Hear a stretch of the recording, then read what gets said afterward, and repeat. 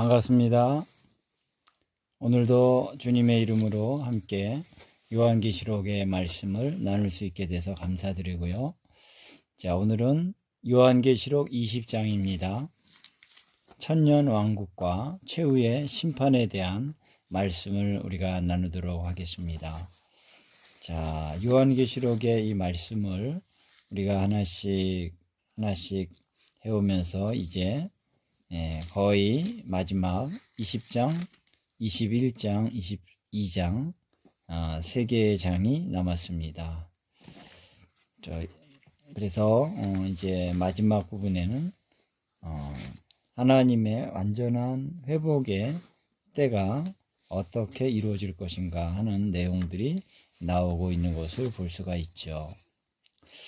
자, 그래서 천년 왕국 때 어떠한 모습으로 주님이 이 땅에 역사하실 것인가 하는 것을 우리가 같이 나눠보는데요.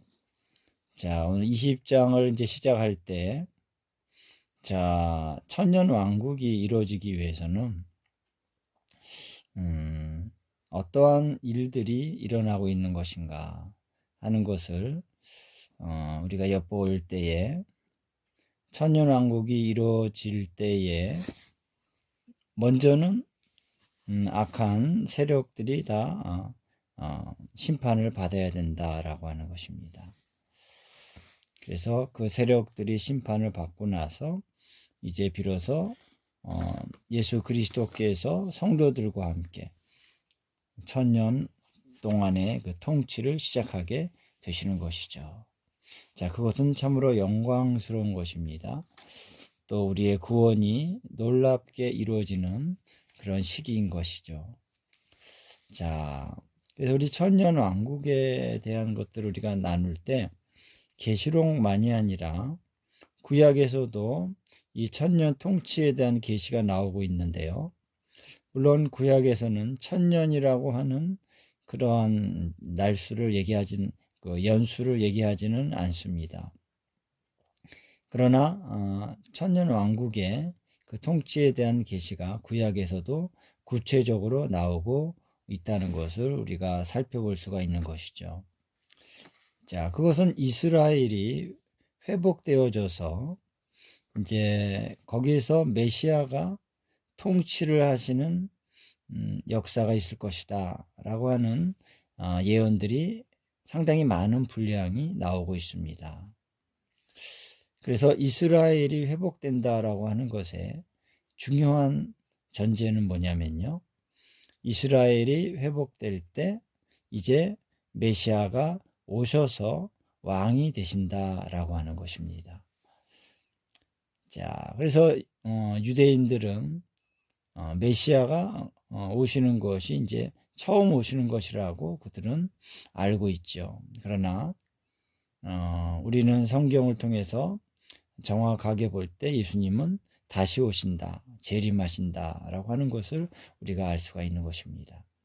어쨌든 메시아께서 오셔서 왕이 되시는 그 왕국이 바로 요한계시록에 나오는 천년 왕국이다 라고 하는 것입니다. 자, 그래서 이러한 메시아의 통치가 이루어지는데 그것은 지상에서 이루어지는 것입니다. 이미 예수 그리스도께서는 천상에서 하나님 보좌 우편에서 보좌에 계신 하나님과 함께 통치하고 계십니다. 이것이 아니라 이 지상에 오셔서 이 땅에서 모든 나라들 중에 나라, 모든 왕들 중에 왕이 되셔서 천년 동안의 통치를 하신다라고 하는 것입니다. 자, 구약을 우리가 좀 살펴보면요. 유명한 구절 중에 하나가 이사야 9장 6절에서 9절입니다. 자, 여기에 보면은 그리스도의 사역에 대한 내용이 쭉 나오는데요. 먼저는 6절에 한나기가 우리에게 났다 그랬습니다. 자, 이것은 예수님의 초림 사건을 얘기하고 있는 것이죠. 그래서 초림 사건의 아들로, 아기로 오신 예수님. 자, 이것은 참으로 놀라운 사건이 아닐 수 없는 것이죠. 그러나 거기에 그치는 것이 아니라 이제 쭉쭉 진행이 됩니다. 그의 어깨에는 정사를 메었다 라고 나오고 있습니다. 그가 이제 어떤 정사를 맸다라고 하는 것은 정치적인 어떤 영향력을 미칠 수 있는 권위를 받게 된다라고 하는 것이죠. 그리고 7절에 그 정사와 평강의 더함이 무궁하다. 또 다윗의 왕자와 그의 나라의 왕국이죠. 그의 왕국에 군림하여 그 나라를, 그 왕국을 굳게 세우고 그랬습니다. 자, 그래서 그의 어깨에 정사를 맸다라고 하는 말씀은 그가 다윗의 왕좌에, 보좌에 앉아서 그의 왕국에 군림한다라고 하는 것은 뭐냐면요, 그의라고 하는 것은 다윗을 얘기합니다. 그래서 그의 왕국에, 다윗의 왕자와 다윗의 왕국, 그것이 이어진다는 거예요. 또 다른 어떤 왕조로 세워지는 것이 아니라 이미 다윗으로부터 시작된 그 왕자와 그 왕국의 군림에서 그 나라를 굳게 세우신다라고 하는 것입니다. 자, 우리가 여기서 구약과 신약이 연결되어져야 된다는 것을 우리가 강조하고 싶습니다.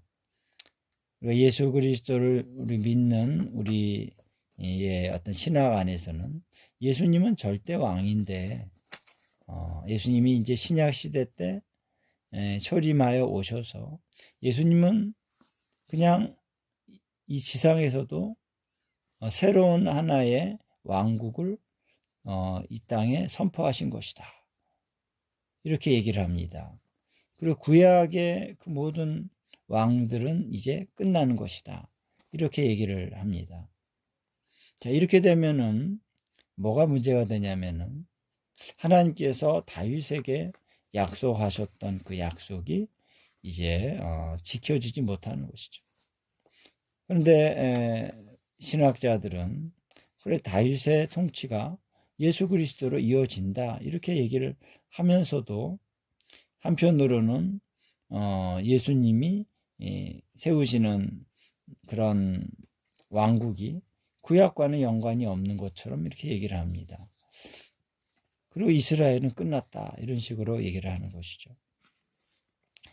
자, 그래서 구약의 모든 예언의 말씀들을 우리가 자세히 살펴본다면 이스라엘은 결코 망하지 않는다는 것입니다. 다시 세워진다. 그리고 다윗이 그들의 왕이 돼서 이스라엘을 통치하게 되고 이스라엘은 영원히 있게 될 것이다. 이렇게 성경은 얘기하고 있습니다. 자, 이런 모든 말씀들이 맞아 떨어져야 된다라고 하는 것이죠. 자, 그래서 여기서 다윗의 왕자와 그의 왕국이 계속해서 진행이 되는데 예수님이 오셔서 이제 어떻게 보면 최종적인 왕으로 오시는 거죠. 예수님 이후에 다른 또 왕이 있지는 않습니다. 그러나 어쨌든 과거에 다윗으로 시작된 그 왕조가 계속 이어진다는 것입니다. 그동안의 어떤 오랜 기간 동안 2000여 년간의 그런 어떤 그런 끊어짐이 있었지만 다시 왕조가 이제 이어지는 것입니다. 왜? 왜냐하면 하나님의 약속은 영원하기 때문에 2000년, 3000년이 지난 후에라도 하나님의 약속은 반드시 성취가 된다는 것입니다. 그래서 이스라엘은 다시 회복이 될 것이다 라고 하는 것이고요. 다윗의 보좌가 다시 세워진다. 다윗의 왕국이 다시 시작이 되는 것이다 라고 하는 것입니다. 자, 그래서 이때에 메시아가 오셔서 세우는 왕국, 그 왕국이 바로 천년 왕국으로, 계시록에 나오는 천년 왕국으로 성취될 것이다 라고 볼 수 있는 것입니다. 그래서 구약과 신약이 연결이 된다라고 하는 것이죠. 자, 그 다음에 에스겔 37장 25절에 보면은 이스라엘 백성들이 야곱에게 주신 땅에 다시 돌아올 것이다 그렇게 했습니다. 그리고 나서 다윗이 영원히 그들의 왕이 될 것이다 라고 하는 예언의 말씀이 나오고 있는 것입니다. 자, 에스겔 37장 25절.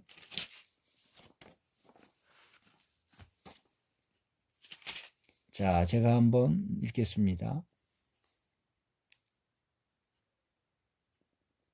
내가 내 종 야곱에게 준 땅, 곧 그의 조상들이 거주하던 땅에 그들이 거주하되 그들과 그들의 자자손손이 영원히 거기에 거주할 것이요 내 종 다윗이 영원히 그들의 왕이 되리라 그랬습니다.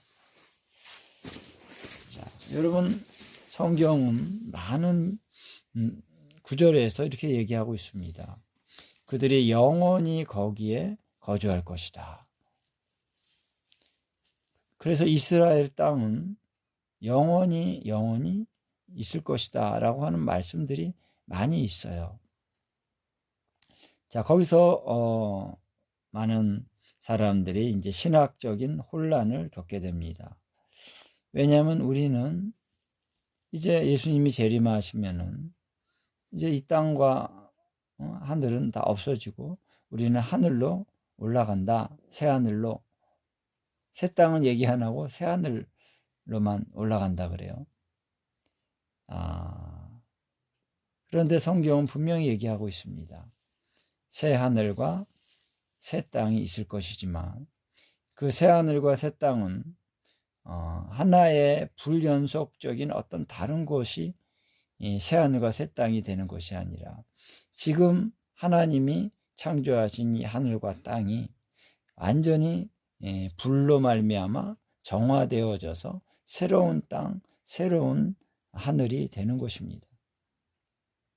새로운 어떤 다른 것들이 이제 와가지고 완전히 대체해버리고 아니면 어떤 무슨 별에 가서 뭐 거기가 무슨 천국이다 이렇게 얘기하는 사람 있습니다. 전혀 성경으로 증명될 수 없는 얘기입니다. 성경을 보면은 이렇게 잘 연구해 본다면 새 하늘과 새 땅은 바로 지금 있는 이 땅과 이 하늘이 다시 정화돼서 새롭게 되는데 그때는 하늘과 땅이 더 조화되는 그런 모습으로 회복이 되는 것입니다. 지금은 하늘과 땅이 많은 부분에서 단절되어 있다는 느낌이 강하죠. 그러나 그때는 하늘과 땅이 조화 있게 서로 쉽게 이렇게 연결되어지는 그런 모습의 회복이 있을 것이다 라고 하는 것입니다. 자, 그래서 하나님께서는 예루살렘을 택하셨습니다. 그 땅을 영원히 지속되게 하실 것이다. 거기에 성소를 세워서 영원토록 내가 그들 가운데 있으리라. 거기가 나의 처소가 되리라. 그래서 하나님께서 그 땅에 있는 그 처소에 영원히 거하신다고 말씀하셨어요. 자, 여러분, 우리가 생각하는 것과 얼마나 다릅니까? 땅은 부패하고 죄가 가득한 곳이니까 땅은 다 불바다가 되게 하고 하늘로 올라간다. 이것은 전혀 성경적인 관점이 아닌 것입니다. 자, 그래서 이 부분에 대해서 우리가 또 할 얘기가 많지만은 어쨌든 하나님의 회복되는 그런 왕국은 분명하게 구약에서 예언돼 있다. 거기에 중요한 포인트는 바로 메시아가 왕이 되셔서 이 땅에서 통치하신다라는 것입니다. 예. 그래서 이렇게 메시아가 와서 천년 왕국이 시작되기 위해서는 먼저 이스라엘이 회복이 되어져야 된다라고 하는 것이죠. 그래서 에스겔 37장 앞에 부분에 보면은 나오잖아요. 마른 뼈들이 있고, 그래서 그 마른 뼈들이 착착착 뼈가 붙고 그 다음에 살이 거기에 붙어지고, 그런데 생기는 없다. 마지막으로 생기가 들어가면서 극히 큰 군대가 되더라 그랬습니다. 그래서 이스라엘의 회복은 단계가 있는 것입니다. 아직은 이스라엘 그 민족들이 다 돌아오지도 않았습니다. 근데 그들이 먼저 돌아와야 됩니다.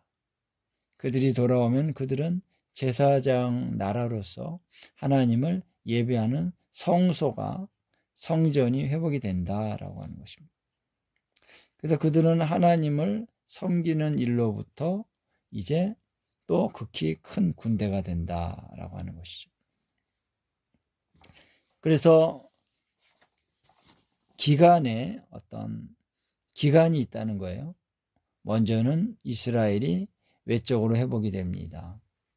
그리고 성소에서 하나님 앞에 제사를 지내는 이런 것들이 회복이 됩니다. 그 다음에 예수님이 오신다는 것이죠. 그렇기 때문에 이스라엘이 회복이 되기 전에는 예수님이 오시지 않는다는 것이죠. 물론 하나님께서는 그 타이밍을 다 맞추실 것입니다.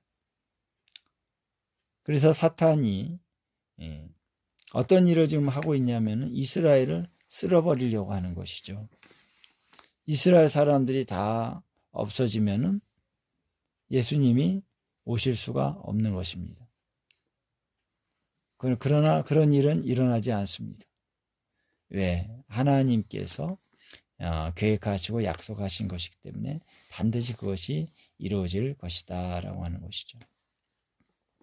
자, 예수님께서 재림 때 오셔서 가장 중요한 것은 그분이 왕이 되신다라고 하는 것입니다.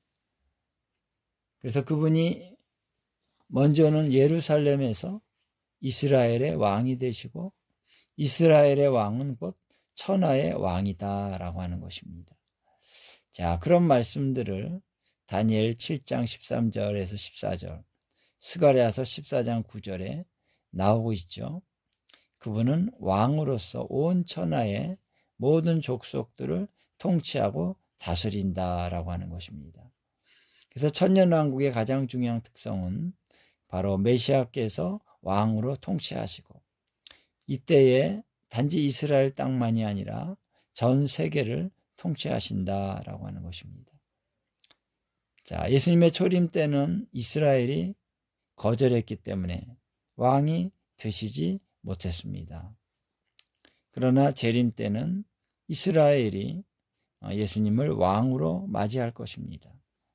그래서 이스라엘의 그 장로들 앞에서 영광을 나타내실 것이다 라고 이사야서 24장에 보면은 나오고 있습니다.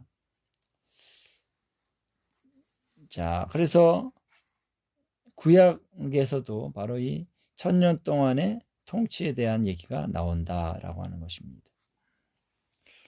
자, 그래서 요한계시록 20장을 보면요. 자, 예수님께서 이 땅에 오셔서 먼저는 바로 이스라엘을 대적하고 예수 그리스도를 대적하는 무리들을 완전히 섬멸하시는 일을 먼저 하신다라고 하는 것입니다. 그래서 주의 날에 예루살렘을 쳐들어온 그런 군대들을 완전히 섬멸하시는 얘기가 바로 19장 뒷부분에 나오고 있습니다. 이때에 짐승이라고 하는 적그리스도와 거짓 선지자도 함께 잡혀서 산채로 유황불 붙는 못에 던져진다라고 성경은 얘기하고 있습니다. 이들이 그동안 이스라엘과 하나님을, 예수 그리스도를 대적하는 그런 강력한 세력들이었죠. 이들이 바로 이 전쟁, 마지막 예수님이 오실 그때에 일어난 이 전쟁으로 인해서 그들이 이제 심판을 당하게 된다. 근데 이제 용이 있죠. 용이라고 하는 사탄이 있습니다. 2절에 보니까 옛뱀이요 마귀요 사탄이라고 그랬습니다. 자, 이 사탄의 존재는 당장 불못에 던져지지는 않는다라고 성경이 얘기하고 있어요. 단지 무저갱에 갇혀서 묶여진다. 그래서 미혹을 하지 못하게 한다 그랬습니다. 사탄의 활동이 이렇게 그치게 되는 거죠. 사탄은 활동할 수 없게 만든다라고 하는 것입니다. 사탄의 가장 중요한 활동을 뭐라 그랬습니까? 미혹이라고 얘기했습니다. 그래서 만국을 미혹하지 못하게 했다. 이렇게 나오고 있는 것이죠. 자, 그래서 왜 사탄은 왜 불못에 당장 던져지지 않았을까? 거기에는 이유가 있습니다. 사탄이 해야 될 역할이 있다는 거예요. 어떻게 보면 아이러니하죠. 예. 하나님께서는 사탄이 지금도 활동할 수 있도록 허용하신 이유가 있습니다. 사탄의 역할이 있다는 거예요. 사탄의 역할은 죄인들을 공격하는 것입니다. 미혹하고 죄인들을 고통을 주고 죄인들이 어려움을 겪도록 하는 것입니다. 그래서 죄인들을 향해서 하나님께서 너희가 죄가 있음을 깨닫게 하시고 죄로 인한 고통을 당하게 하시고, 그리고 죄는 있어도 미혹이 있어야 더 강력하게 죄를 범하는 것이죠. 그래서 이러한 역할을 사탄에게 맡겨서 물론 사탄이 뭐 하나님과 협의해서 하는 것은 아닙니다. 사탄은 자기가 교만한 어떤 마음으로 하나님을 대적하는 마음으로 하는 것이죠. 그러나 하나님은 섭리하셔서 사탄의 그러한 미혹하는 그 사악함을 통해서 합력해서 선을 이루어 가는 것입니다. 그래서 사단의 역할이 필요하다라고 하는 것이죠. 왜냐하면은 1000년 동안 거기에 사는 사람들이 다 거룩하게 된 사람이 아니라는 것입니다. 거기에는 많은 사람들이 이제 있는데 그들은 여전히 육신을 갖고 있는, 죄성을 갖고 있는 그러한 몸을 가지고 그러한 혼을 가지고 사는 사람들이다라고 하는 것이죠. 부활의 몸을 입은 첫째 부활에 참여한 자들은 다르죠. 다시 얘기하겠습니다만, 그래서 그러한 자들이 있기 때문에 사탄은 다시 이제 풀려나서 그들을 미혹해야 될 사명이 있다라고 하는 것입니다. 그래서 사탄은 불못에 던져지지 않게 된다라고 하는 것이죠. 자, 그래서 사탄이 1000년 동안 무저갱에 갇혀서 그가 묶여지게 된다라고 하는 것입니다. 그러나 다시 만국을 미혹하게 되는 때가 오는데 반드시 잠깐 놓일 것이다 라고 얘기하고 있는 것입니다. 자, 그 다음에 그리스도의 동력자들로서 첫째 부활에 참여한 자들이 어떤 모습으로 주님과 함께 서게 되고 또 통치하게 되는가 하는 것을 여기서 얘기하고 있는 대목이 나오는 것이죠. 자, 우리 20장 4절에 보면 첫째 부활에 참여하는 자들은 두 가지의 부류가 있다라고 언급하고 있습니다. 자, 이 구절을 우리가 자세히 잘 해석을 해야 될 필요가 있는 게, 우리 한국 개역 성경에 보면은 이 세 가지 부류라고 느껴지도록 번역을 해놨습니다. 예, 그래서 킹제임스 영어 성경이나 원어를 보면은 정확하게 두 부류로 나오고 있다는 것을 알 수가 있어요. 자, 그래서 첫 번째는 보좌에 앉아서 심판하는 권세를 받은 자들이고요. 두 번째는 예수의 증거와 하나님의 말씀 때문에 목배임을 당한 자들, 이렇게 두 가지 부류인데, 자, 그래서 20장 4절의 원문을 자세히 해석할 필요가 있다라고 하는 것입니다. 그래서 여기서 목배임을 당한 자들과 짐승과 그의 우상에게 경배하지 아니하고 그들의 이마와 손에 그의 표를 받지 아니한 자들은 동일한 인물로 묘사되고 있습니다. 이 한국어 성경에는 이렇게 세 가지 부류라고 느껴지는 것이죠.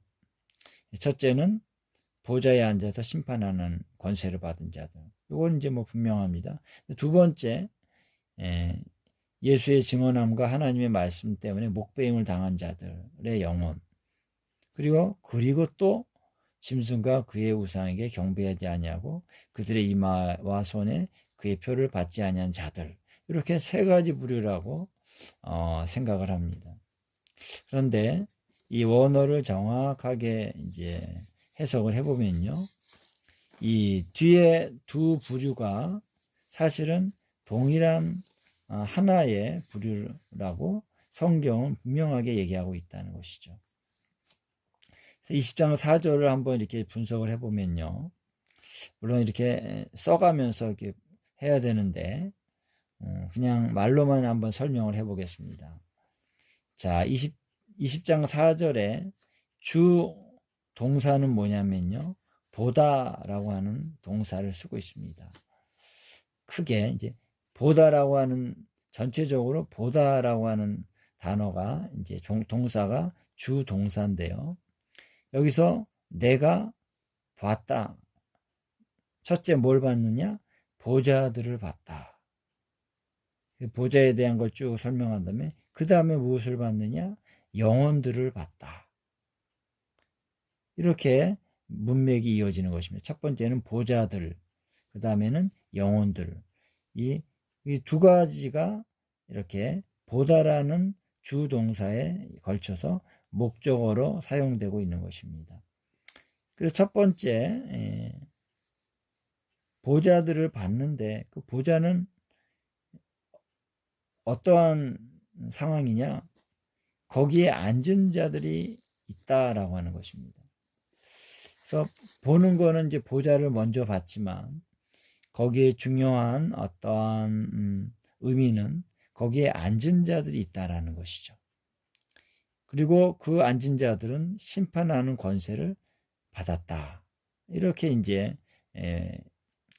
원어에 보면은 이렇게 내용이 전개되고 있는 것입니다.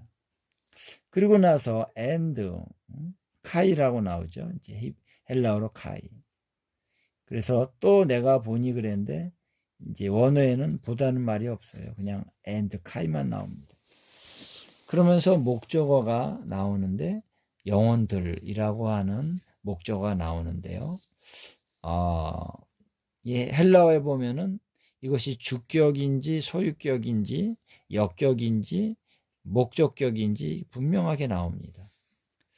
그래서 보좌들이라고 하는 단어도 목적격이고요. 영혼들이라고 하는 단어도 목적격이다. 그러니까 목적어로 사용됐다는 것입니다. 자, 그러면서 그 영혼들은 누구의 영혼들이냐? 자들, 이게죠. 목배임을 당한 자들. 자들이란 이제 단어가 나오는데 어떠한 자들의 영혼들이다 이렇게 나옵니다. 어떤 자들이냐? 그들은 목배임을 당한 자들이다. 그래서 목배임을 당한 자들의 영혼들을 봤다. 근데 왜 목배임을 받았냐 하면 예수를 증언함과 하나님의 말씀 때문에 라고 하는 말이 이제 뒤에 붙는 것입니다. 자, 어순이 좀 다르긴 하죠. 우리는 한국말하고. 자, 그런데 그리고 나서 and가 또 나옵니다. and가 나오면서 그러면서 그들은 이라고 하는 단어가 나와요. 그들은 짐승과 그의 우상에게 경배하지 아니하고 그들의 이마와 손에 그의 표를 받지 아니한 자들이다. 이렇게 나오는 것입니다. 그들. 그래서 그들이라고 하는 것이 이제 하나의 주격으로 나오는데 여기에서 보면은 또 헬라어 단어는요. 수와 성이 있다는 것입니다. 단수냐 복수냐 아니면은 남성이냐 여성이냐 중성이냐. 자, 근데 여기서 이 그들은 이라고 하는 이제 주어가 나올 때 이 그들은이라고 하는 주어가 이제 영혼들이라고 하는 것과 이렇게 연결되는 것이 아니고 어떠한 자들의 영혼을 할 때 이 자들과 이제 연결이 됩니다. 그래서 남성형으로 나와요. 남성형으로 나오고 이제 그래서 성과 그러한 남성형 그리고 수 복수형 이게 딱 맞아 떨어지는 단어가 나오는데 여기에서는 주격으로 쓰인다라는 것입니다. 그래서 그들은 짐승과 그의 우상에게 경배하지 아니하고 그들의 이마와 손에 그의 표를 받지 아니한 자들이더라.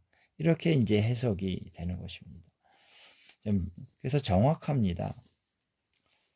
그래서 이 두 부류가 분리돼서 다른 존재들을 얘기하는 것이 아니라 같은 존재를 얘기한다는 거예요.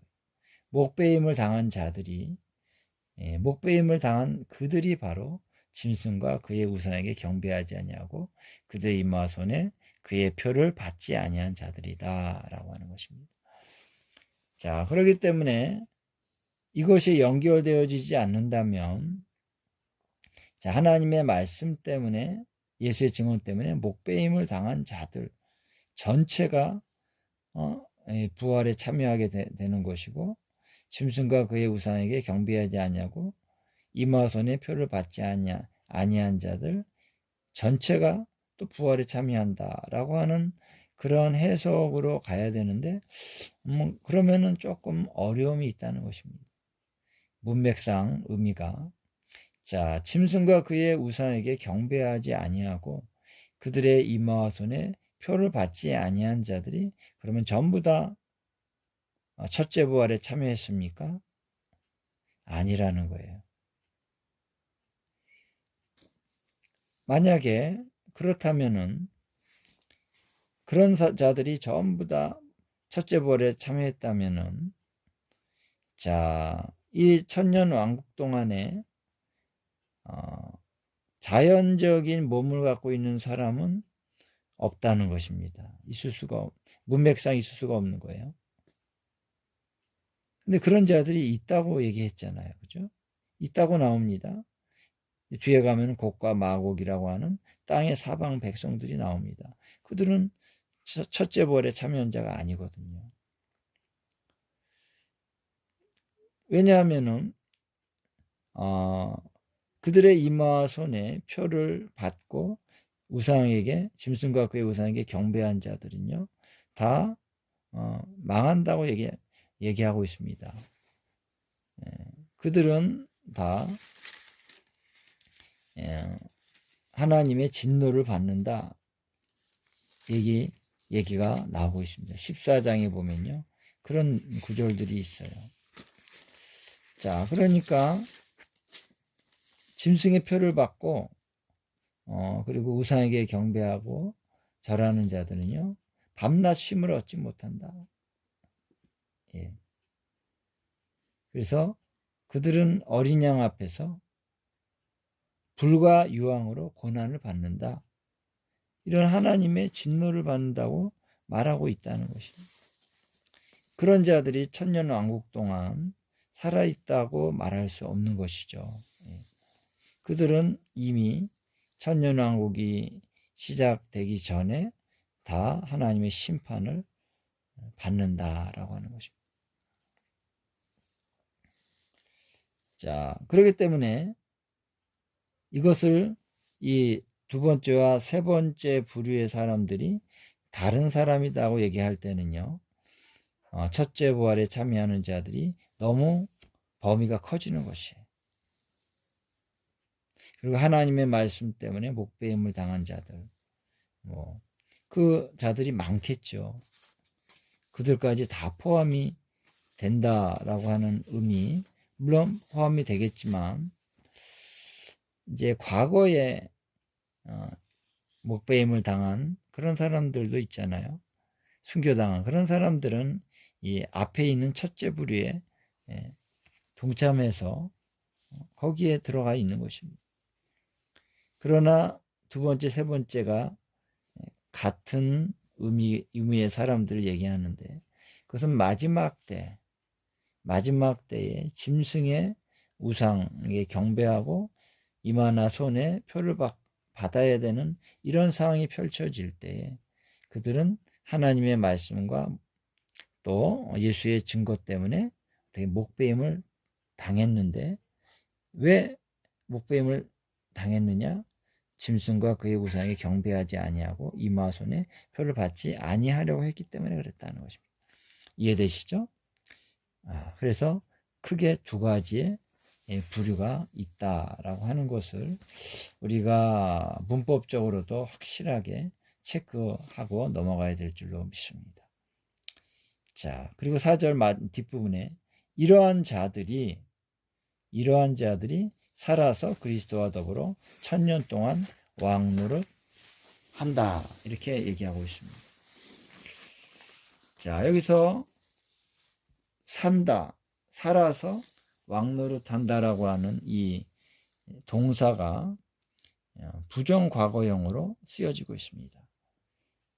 부정과거형은 사실 과거만 의미하는 것이 아니고요, 어떠한 한 가지의 확정적인 어떤 행위를 한다, 단번에 한다, 정해진 가운데 한다, 그런 의미도 있고요, 어떤 변하지 않는 사실을 선포하는 그런 의미를 가질 때도 있다라고 하는 것입니다.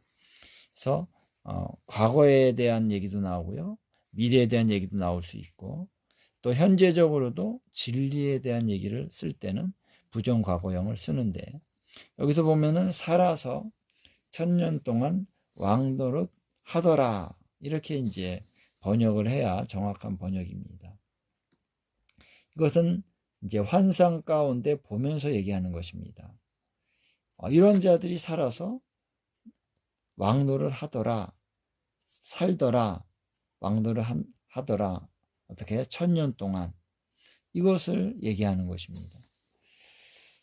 그래서 이 계시록에 나온 그러한 시제만 가지고 그것을 그대로 뭐 이미 다 끝난 거야, 이렇게 얘기하면 안 된다는 거예요. 부정과거이면 과거에 다 끝난 거야, 이렇게 얘기하면 안 된다는 것입니다. 이거는 미래에 이렇게 이루어질 얘기인데, 여기서는 환상을 보고 얘기하는 거기 때문에 그렇게 단정적으로 얘기하는 거예요. 다른 구절도 다 마찬가지입니다.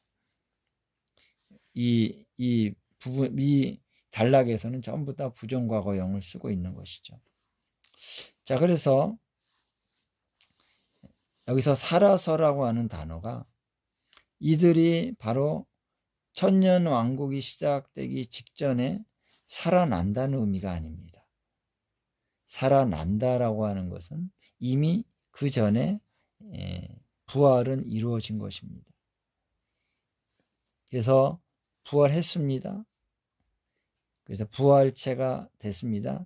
이들이 이제는 여기서는 부활한다라고 하는 의미라기보다는 1000년 동안 산다라고 하는 의미, 영어로 말하면은 lived라고 하는 어구로 쓰여졌는데요. 과거형으로 쓰여졌죠. 그런데 이제 의미는 뭐냐면 live, 산다는 것입니다. live. 그들이 1000년 동안 산다는 것입니다. 그리고 왕노릇, 1000년 동안 왕노릇한다. 통치한다, 다스린다, reign이라는 단어를 쓰고 있죠. 자, 그래서 여기서 이 산다라고 하는 의미가 여기서 부활한다 하는 의미로 우리가 생각해서는 안 되고요. 부활은 아마도 이 천년 왕국이 정확히 시작되기 직전에 이루어진 것이죠. 그래서 휴거 사건이 있게 될 때에 바로 부활을 얻게 되는 것입니다. 그래서 휴거 사건이 있으면서 그들이 부활의 몸을 입고 어떻게 해요? 공중으로 올라가죠. 휴거가 되죠. 그래서 공중에서 그리스도를 영접하게 됩니다. 그리고 항상 그리스도와 함께 있으리라 그랬습니다. 그러니까 그리스도께서 이제는 땅으로 내려왔잖아요. 그러면 그들은 어디 있습니까? 그들도 땅으로 내려오는 것이에요. 휴거돼 가지고 하늘로 올라가는 게 아닙니다. 휴거돼서 그리스도와 함께 땅으로 내려오는 것이다 라고 하는 것이죠. 그래서 그리스도와 함께 1000년 동안 통치한다 라고 하는 것입니다. 그래서 여러분, 제가 여러 번 얘기하지만은 이 1000년 왕국의 통치는 땅에서 이루어지는 것입니다. 그래서 여기 이 본문에서는 땅에서 통치한다는 말이 나오진 않죠. 그러나 성경의 다른 구절들 보면요, 특히 5장 10절에 보면은 그들로 우리 하나님 앞에서 나라와 제사장들을 삼으셨으니 그들이 땅에서 왕노릇 하리로다 그랬습니다. 땅에서 통치한다는 말이 나오는 구절이 있어요. 자, 우리가 어디서 통치합니까? 땅에서 통치하는. 그래서 땅의 통치라고 하니까 예수님이 오시기 전에도 우리가 통치하는 거 아닙니까?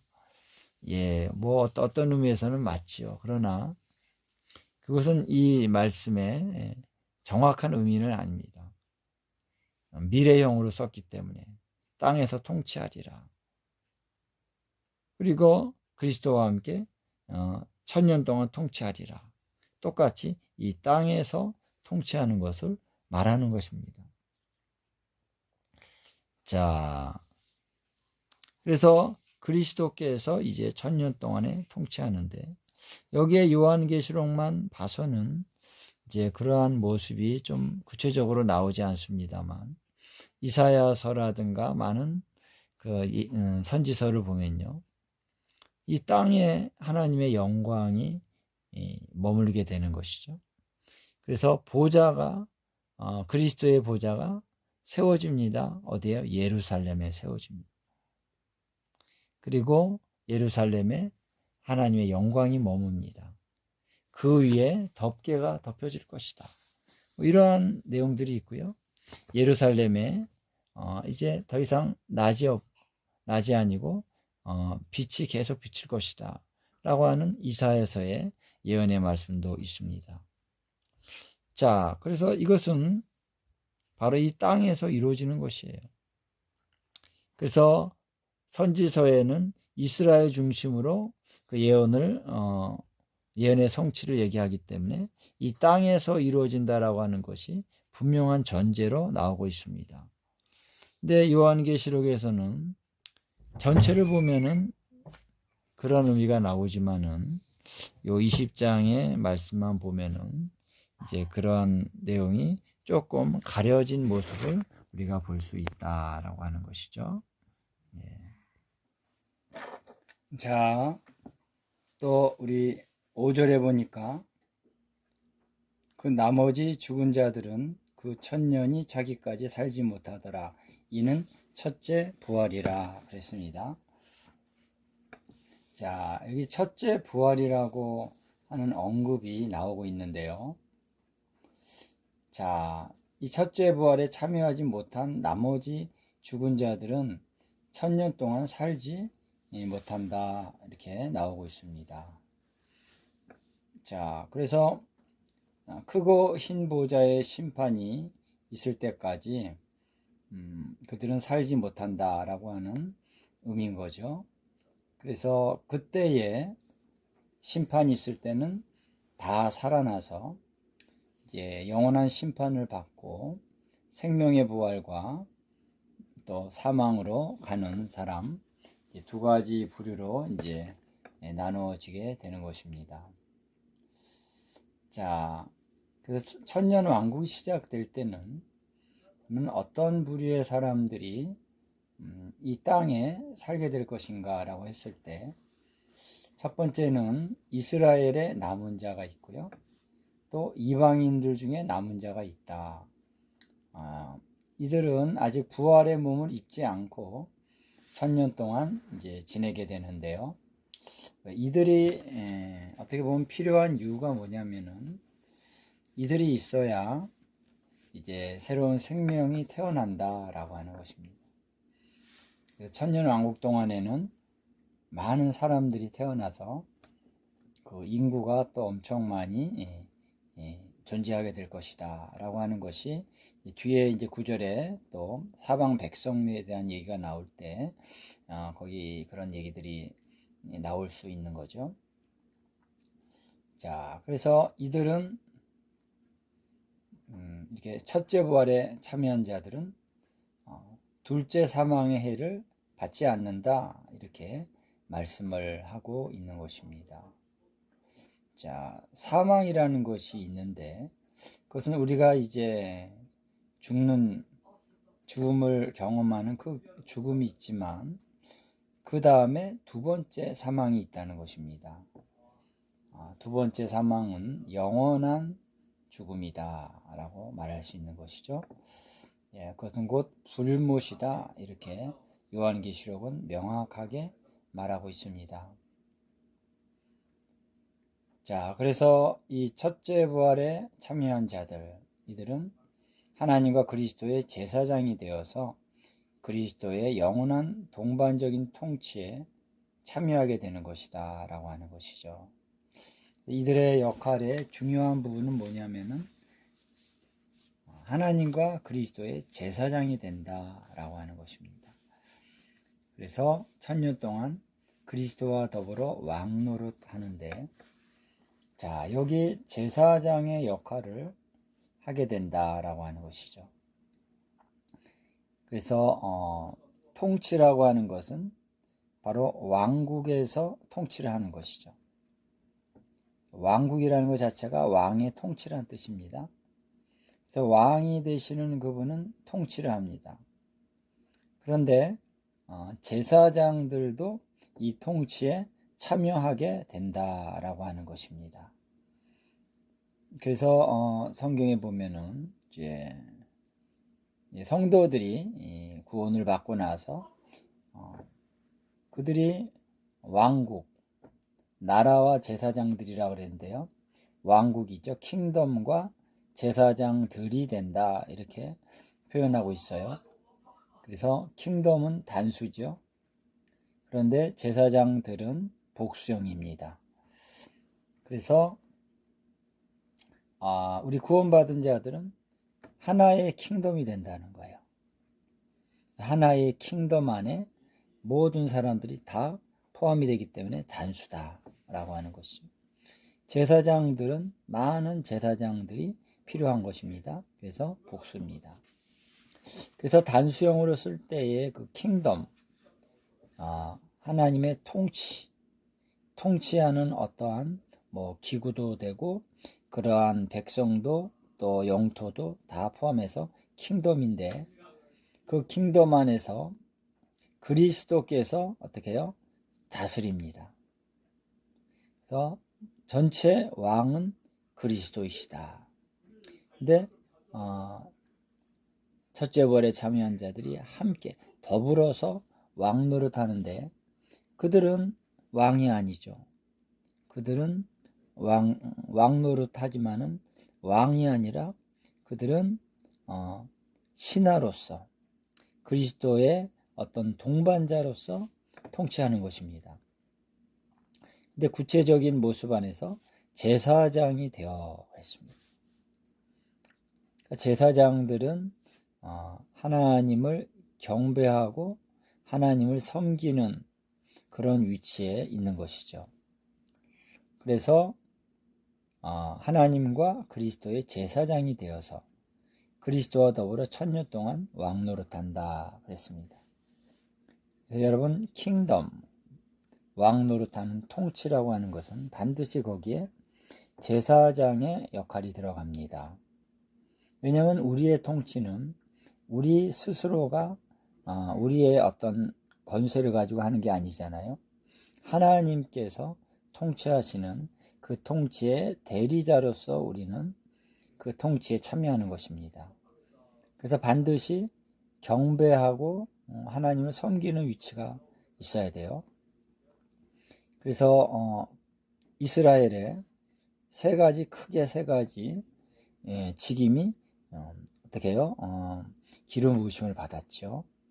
이 세 가지의 부류의 사람들이 다 통치에 참여하는 것인데, 첫 번째는 제사장이요, 두 번째는 선지자요, 세 번째는 왕입니다. 자, 이들의 역할이 뭐냐면은 하나님이 이 땅에 임하셔야 됩니다. 그래서 하나님께서 직접 통치를 해 가셔야 되는데, 그러기 위해서는 하나님의 보호자의 주님, 하나님이 오셔서 앉으셔서 말씀을 하신다는 것입니다. 그래서 하나님께서 이 땅에 임하시고 그분이 이 말씀을 하기 시작하기까지 제사장들이 계속 예배를 드려야 됩니다.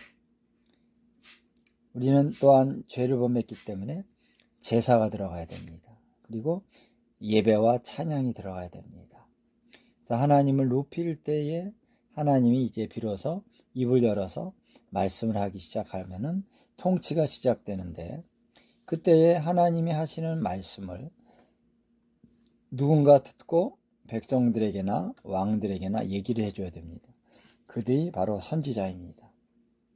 자, 통치의 중요한 것은 왕의 선포의 말이기 때문에 그것을 우리가 어명이라고 그러죠. 이 어명이 정확하게 전달될 수 있어야만 되는 것이죠. 그래서 선지자의 직임이 필요하다라는 것이고요. 그 다음에 이스라엘의 왕들은 어떤 역할이냐? 그들이 최종적인 왕이 아닙니다. 그들은 대리왕입니다. 그래서 그들이 하는 역할은 뭐냐면은 하나님께서 명하시고 말씀하시는 것을 듣고 순종해서 그 말씀을 어명을 시행하는 역할을 하는 것이 바로 왕이다라고 하는 것이죠. 그 시행함에 있어서의 책임을 갖고 그것을 실행해 가는 위치가 인간으로서의 왕이다라고 하는 것이죠. 자, 이 자기의 위치를 정확히 알지 못해서 월권을 해가지고 더 이상 왕이 되지 아니하리라고 폐위된 왕은 사울 왕이죠. 그러나 다윗은 이 명령을 듣고 행하는 일에 아주 철저하게 행했던 모습을 볼 수가 있습니다. 다윗이 다윗의 장막을 세우고 거기다 언약궤를 가져올 때 뭐라고 했냐면, 우리가 여기서 듣고자, 하나님께 듣고자, 묻고 듣고자 하여서 이 언약궤를 모셔온다, 이렇게 얘기를 하고 있는 것이죠. 자, 그래서 이 세 가지의 직임이 바로 통치 구조에 있어서 핵심적인 세 가지 직임이다라고 하는 것이죠. 그래서 이것이 바로 왕국의 구조입니다. 하나님의 왕국의 구조. 이 세 가지의 위치에 있는 그런 직임들이 다 핵심적인 직임이다라고 하는 것입니다. 근데 계시록에서는 킹덤과 제사장들, 이 두 가지만 나오죠. 그때는 아마 그리스도께서 직접 통치하시기 때문에 뭐 선지자의 역할이 따로 있을 필요는 없을 수가 있습니다. 그들은 다 그냥 부활의 몸을 입었기 때문에 그냥 그리스도의 말씀을 다 듣는 것이죠. 선지자가 따로 있을 필요가 없습니다. 왜냐하면 직접 들으면 되는 거니까.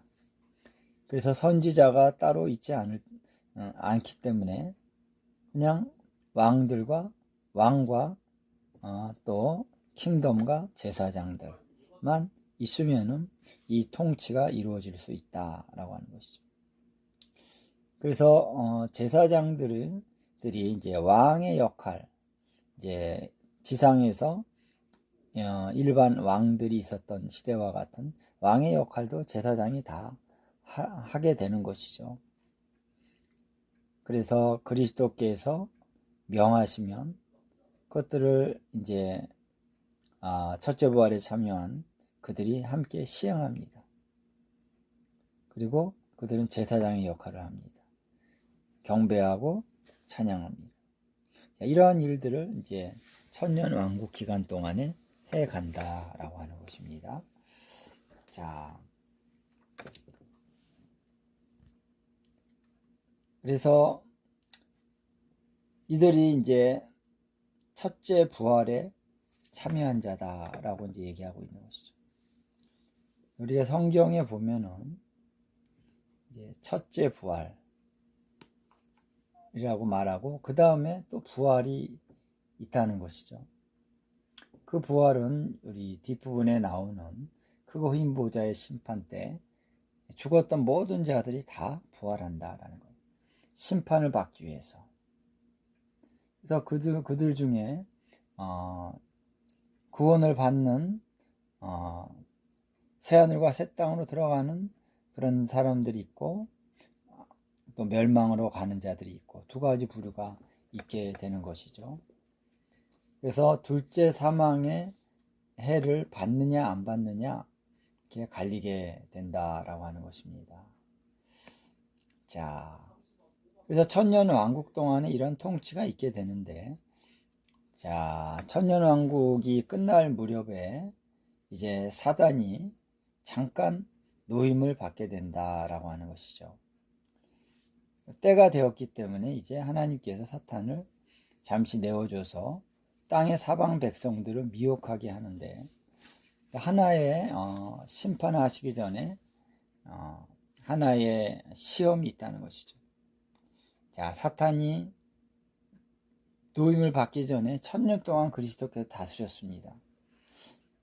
너무나 놀랍고 강력한 위엄과 능력을 그들이 받죠. 그럼에도 불구하고 그들 중에 거룩하지 못한 자들이 있다는 것입니다. 그래서 사단이 미혹을 하니까 그들이 다 넘어가서 반항하고 거역하고 그래서 하나님을 대적하는 일에 참여하게 된다는 것이죠. 자, 그래서 부활의 몸을 받지 않고 사는 모든 사람들과 아직 육체가 있고 그리고 아직 죄성이 남아있는 그런 사람들을 테스트하는 것입니다. 어떤 테스트입니까? 사탄의 미혹은 없는 시기를 살았어요. 그래서 미혹이 없으니까 그들 가운데 그렇게 많은 어떤 죄성이 막 드러나고 그런 건 아닙니다. 그리고 그리스도 안에서의 안정을 누릴 수가 있었습니다. 온 땅에 사람들이 뭐 전쟁을 하거나 대적하거나 이런 일이 없었습니다. 없을 겁니다. 그러나 그들이 거듭나고 변화되고 이러한 일은 일어나지 않는 사람들도 있다라고 하는 것이죠. 그래서 거룩한 무리, 성도들의 진 이런 표현이 나오죠. 그러니까 거룩한 무리들의 진이 있고 이렇게 하나님을 대적하는 무리가 있는데 사탄이 미혹하기 전까지는 그것이 확연히 구분되지는 않았습니다. 그러나 사탄의 미혹이 시작되자마자 이제 땅의 사방 백성 그들이 이제 들고 일어나는 그런 반란을 일으킨다라고 하는 것입니다. 자, 여기 보면은 땅의 사방 백성 사방이란 표현이 나오는데요. 이것은 이 사방이라고 하는 것은 모퉁이를 얘기합니다. 땅에 네 부분에 모퉁이가 있다라고 하는 거죠. 자, 그래서 그 모퉁이가 있는데요. 땅의 모퉁이 네 군데의 모퉁이니까 이 모퉁이 안에 있는 곳은 땅 전체를 얘기한다고 볼 수 있는 것이죠. 그래서 땅 전체로부터 백성들이 이제 몰려온다. 그래서 지면에 널리 퍼져 있는 땅의 모퉁이로부터 모든 사람들이 사는 그 장소에서 수많은 그 수가 바다의 모래 같은 그런 자들이 이제 성도의 진과 사랑하시는 성을 둘러싼다는 것이죠. 자, 우리가 여기서 보면은 한 가지 짚고 넘어가야 될 것은 왜 이 땅의 사방 백성들을 곡과 마곡이라고 얘기하고 있는가라는 것입니다. 자, 곡과 마곡이라고 하는 것은 에스겔 38장, 39장에 보면 곡은 바로 마곡 민족들의 어떤 수장, 지도자를 얘기합니다. 그래서 애굽의 지도자는 바로라 그러죠. 자, 그렇듯이 이 마곡의 지도자를 곡이라고 하는 것입니다. 근데 곡과 마곡이 왜 나올까?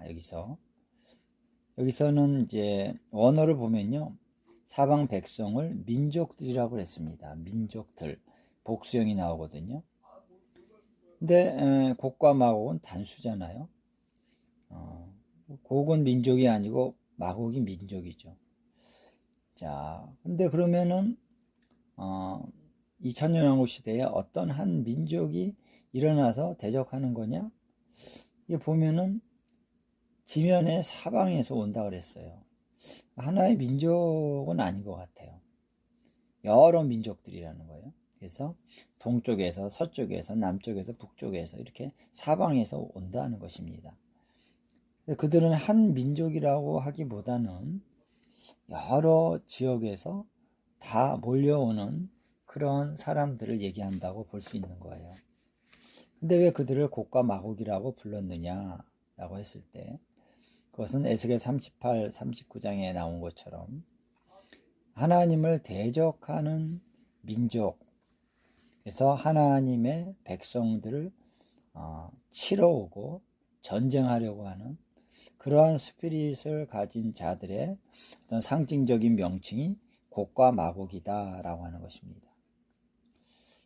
그래서 곡과 마곡이라고 이제 지칭을 하고 있는 거죠.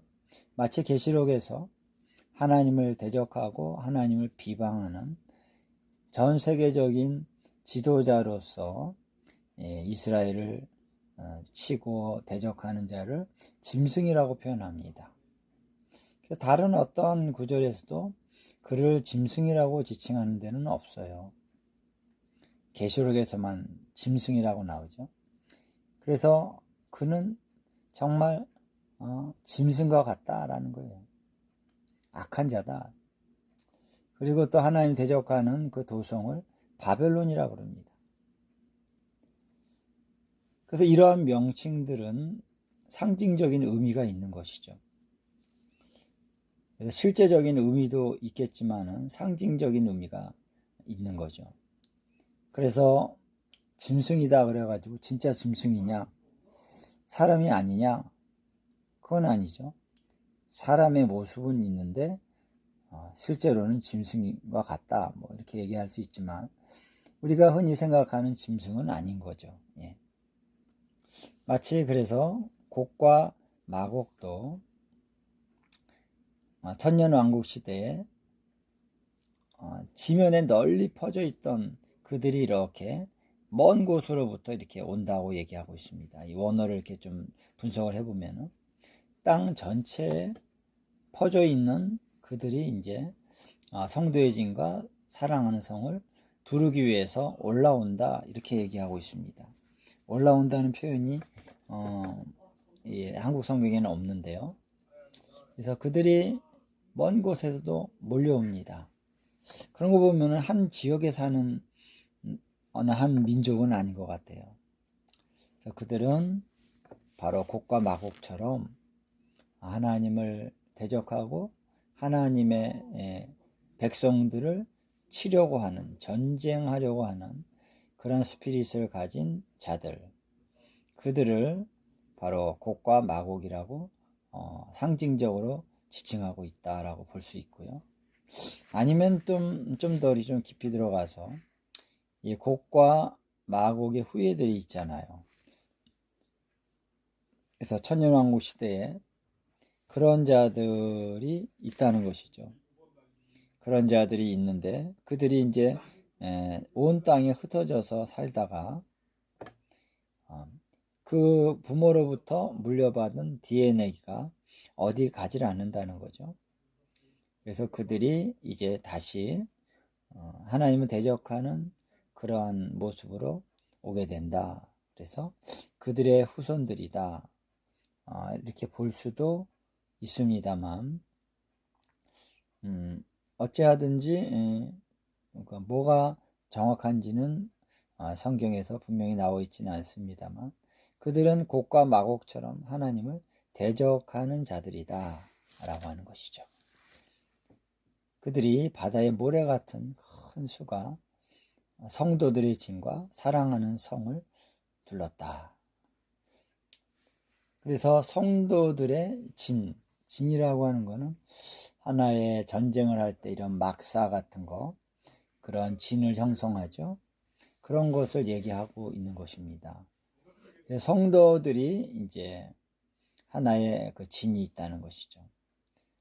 그래서 이것은 어떻게 보면은 이제 장소적으로는 여러 군데 있을 수 있지만 그것을 하나의 진이다 해서 단수를 쓰고 있습니다. 일 수도 있고요. 아니면은 사랑하시는 성, 우리가 결국 예루살렘을 가리킨다고 볼 수 있는 것입니다. 그 성 주변에 하나의 또 진이 있다라고 볼 수도 있는 것이고요. 어쨌든 이 성도들의 진과 사랑하시는 성을 치기 위해서 이제 둘렀다. 이렇게 성경이 말하고 있는 것이죠. 그래서 여기 8절에 보면은 9절에 보면 분명히 올라가다 이런 단어를 쓰고 있습니다. 그래서 예루살렘으로 오기 위해서는 항상 올라와야 됩니다. 그래서 올라오다라고 하는 단어가 있는 것을 볼 수가 있다라고 하는 것이죠. 자, 그런데 이들이 이렇게 둘러 진쳤을 때 하늘에서 불이 내려와서 그들을 태워버렸다라고 하는 것이죠. 하나님의 심판이 아주 엄중하게 내려졌다라고 하는 것을 여기서 볼 수가 있는 것입니다. 자, 그래서 이 사방의 백성은 심판을 받았다는 것입니다. 받는다라고 하는 것입니다. 그래서 강력한 심판이죠. 하늘에서 불이 내려옵니다. 그래서 그들을 다 태워버렸다. 그래서 아마 이 전쟁이 뭐 전쟁이라고 할 것도 없을 수 있어요. 그냥 불에 태워졌으니까 심판을 받는 건데 어쨌든 그들이 전쟁하려고 일어났으니까 이제 그것이 마지막 전쟁이다라고 볼 수 있는 것입니다. 자, 그 다음에 이제 미혹했던 마귀를 심판하시는 장면이 나옵니다. 이 마귀를 불과 유황 못에 던져버렸다. 거기는 이미 짐승과 거짓 선지자도 와 있는 것이죠. 1000년 전에 그들이 세세토록 밤낮 괴로움을 받으리라 그랬습니다. 자, 영원한 불못,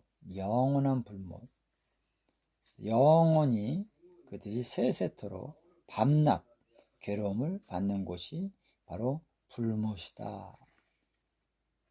우리가 하나님의 구원이 얼마나 감사하고 얼마나 놀라운 것입니까? 우리가 예수님을 믿지 않으면 영원한 불못에 던져질 것이기 때문에, 거기에서 우리 하나님이 우리를 구원해 주신 것이기 때문에 참으로 놀라운 구원인 것입니다. 어떤 분들은 막 전도할 때 사람들이 이제 가서 전도하잖아요. 노방에서 전도하고 그러면은 이 지옥 얘기를 하면은 막 화를 내는 사람들이 있어요. 왜 위협하느냐고, 왜 겁을 주냐고, 이런 식으로 얘기를 합니다. 예. 그래서 복음을 막 대적하는 것이죠. 여러분, 너무나 안타깝습니다만 지옥이 있는 것입니다. 천국도 있고요. 예. 지금 우리가 예수님을 믿지 않고 죽는 사람들은 음부로 간다 그러죠. 음부. 그래서 음부라고 하는 곳은 바로 무덤과 같은 죽은 사람들이 가 있는 곳이 바로 음부, 무덤과 같은 의미가 있습니다. 그리고 예수님을 믿고 구원받은 사람은 천국에 가는 거죠. 하늘의 왕국, 하늘의 집, 천당이라 그러기도 하고요. 그곳에 가 있는 것입니다. 그런데 이곳이 영원한 머무는 장소가 아니라 그것도 일시적으로 머무는 곳입니다. 그리고 최종적인 이제 심판이 다 이루어지고 구원받은 자들은 바로 새 하늘과 새 땅으로 들어가는 것이죠. 그리고 멸망당하는 형벌을 받는 자들은 영원한 불못에 던져지게 된다라고 하는 것입니다. 자, 이것은 하나님께서 분명하게 우리들에게 계시해 주신 말씀이에요. 그래서 우리가 조심스러울 수는 있지만은 이 말씀도 전해야 되는 것이죠. 영원한 불못에 던져진다. 이것을 우리가 정확히 알아서 정확하게 그들에게 가르쳐 줘야 됩니다. 자, 이렇게 해서 마귀도 영원한 불못에 던져지는 최종적인 심판을 받게 된다라고 하는 것입니다. 자, 그 다음에 이제 크고 흰 보좌의 심판이 나오고 있습니다. 자, 내가 크고 흰 보좌와 그 위에 앉으신 이를 보니 그랬을 때 그 위에 앉으신 분이 누구일까? 야, 예수님이 1000년 동안 다스려도 크고 흰 보좌는 하나님 아버지께서 앉으셨겠지, 이렇게 이제 많이들 얘기합니다만, 성경에 보면 하나님께서 그 심판을 아들에게 맡기셨다, 이런 구절들이 좀 있어요. 그래서 요한복음 5장 27절에도 있고요. 고린도후서 5장 10절에 보면은 그리스도의 심판대라는 말씀이 나오고 있습니다. 우리가 또 뭡니까? 우리가 사도신경을 보면 나오죠. 전능하사 천지를 만드신 하나님 아버지를 내가 믿사오며 그 외아들 우리 주 예수 그리스도를 믿사오니 이는 십자가에 죽으시고 부활하시고 저리로서 산자와 죽은 자를 심판하러 오시리라. 누가 심판하러 오십니까? 그리스도께서 저리로서 저 하늘에 앉으신 그곳으로부터 주님이 오신다 그랬습니다. 왜? 심판하러. 산자와 죽은 자를 심판하러 오신다 그랬습니다. 자, 산자의 심판, 죽은 자의 심판, 이제 두 가지가 있는 것이죠. 자, 여기 보면 크고 흰 보좌, 이것은 최후의 영원한 심판을 위한 보좌다 라는 것입니다. 흰색이라고 하는 것은 심판의 의미가 있습니다. 그래서 의와 정의를 통해서 하나님이 그 보좌에서 심판을 하실 때 흰색이라는 것입니다. 그래서 이 보좌에 앉으신 분은 바로 그리스도다라고 볼 수 있는데요. 물론 그리스도께서는 그때도 여전히 하나님 아버지와의 관계 안에서 그리스도는 그런 얘기를 합니다. 내가 스스로 아무것도 할 수 없고 아버지께 듣는 대로 심판하신다 그랬습니다. 그리스도께서 이 땅에서 사역하실 때도 모든 일을 할 때 그리스도께서는 스스로 하지 않으셨다. 이런 말씀을 하고 있어요. 아버지께서 말씀하시면 듣는 대로 내가 심판을 한다. 아버지가 하시는 것을 보고 나도 아들로서 그와 같이 한다. 자, 놀라운 것은 그리스도께서는 이 땅에서 자유로 아무것도 하지 않으셨고 지금도 마찬가지 그렇게 봅니다. 그리스도께서 자유로 말씀하시는 게 아니라 아버지께서 하시는 것을 듣고 하신다 라고 우리가 볼 수 있는 것이, 자, 요한복음 이제 1장에 보면 이런 말씀이 있어요. 요한복음 1장에서 맨 처음에, 자, 그리스도의 계시라, 예수 그리스도의 계시라 그러면서 이는 하나님이 그에게 주사 반드시 속히 일어날 일들을 그 종들에게 보이시려고 그의 천사를 그종 요한에게 보내어 알게 하신 것이라 그랬습니다. 자, 그래서 그리스도의 계시가 하나님이 그리스도에게 주셨다 이렇게 얘기하고 있습니다. 그러니까 하나님이 그리스도에게 주신 것을 그리스도는 받으셔서 그거를 어떻게 해야 합니까? 천사에게 얘기해서 천사가 요한에게 전달해 주는 것입니다. 이것이 하나님의 계시의 순서예요. 처음 이 계시가 어디로부터 시작이 됩니까? 하나님으로부터 시작이 된다라고 하는 것입니다. 자, 그래서 요한계시록이 시작이 될 때부터 요한계시록이 이제 전달되어질 때도 똑같이 하나님으로부터 오는 것입니다. 그렇다면 그리스도께서는 부활 승천하시기 이전이나 이후나 똑같이 그분은 항상 아버지가 하시는 것을 보고 아버지가 말씀하시는 대로 심판하시는 그 모습은 여전히 항상 똑같다라고 하는 것이죠. 그러면 크고 흰 보좌에 앉으셔서 통치하시는 분은 그리스도이시지만 그리스도께서는 그 자리에서도 하나님과 소통을 하시는 거죠. 그래서 하나님이 곧 심판을 하시는 것과 같다라고 말할 수 있는 것이기 때문에 그 심판대에 하나님 아버지가 앉으셨다라고 말해도 틀린 건 아닙니다.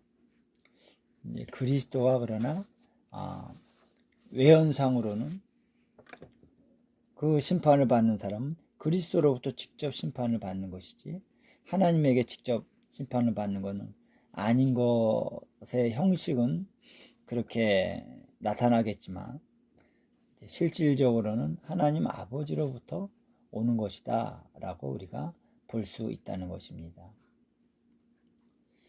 자, 그래서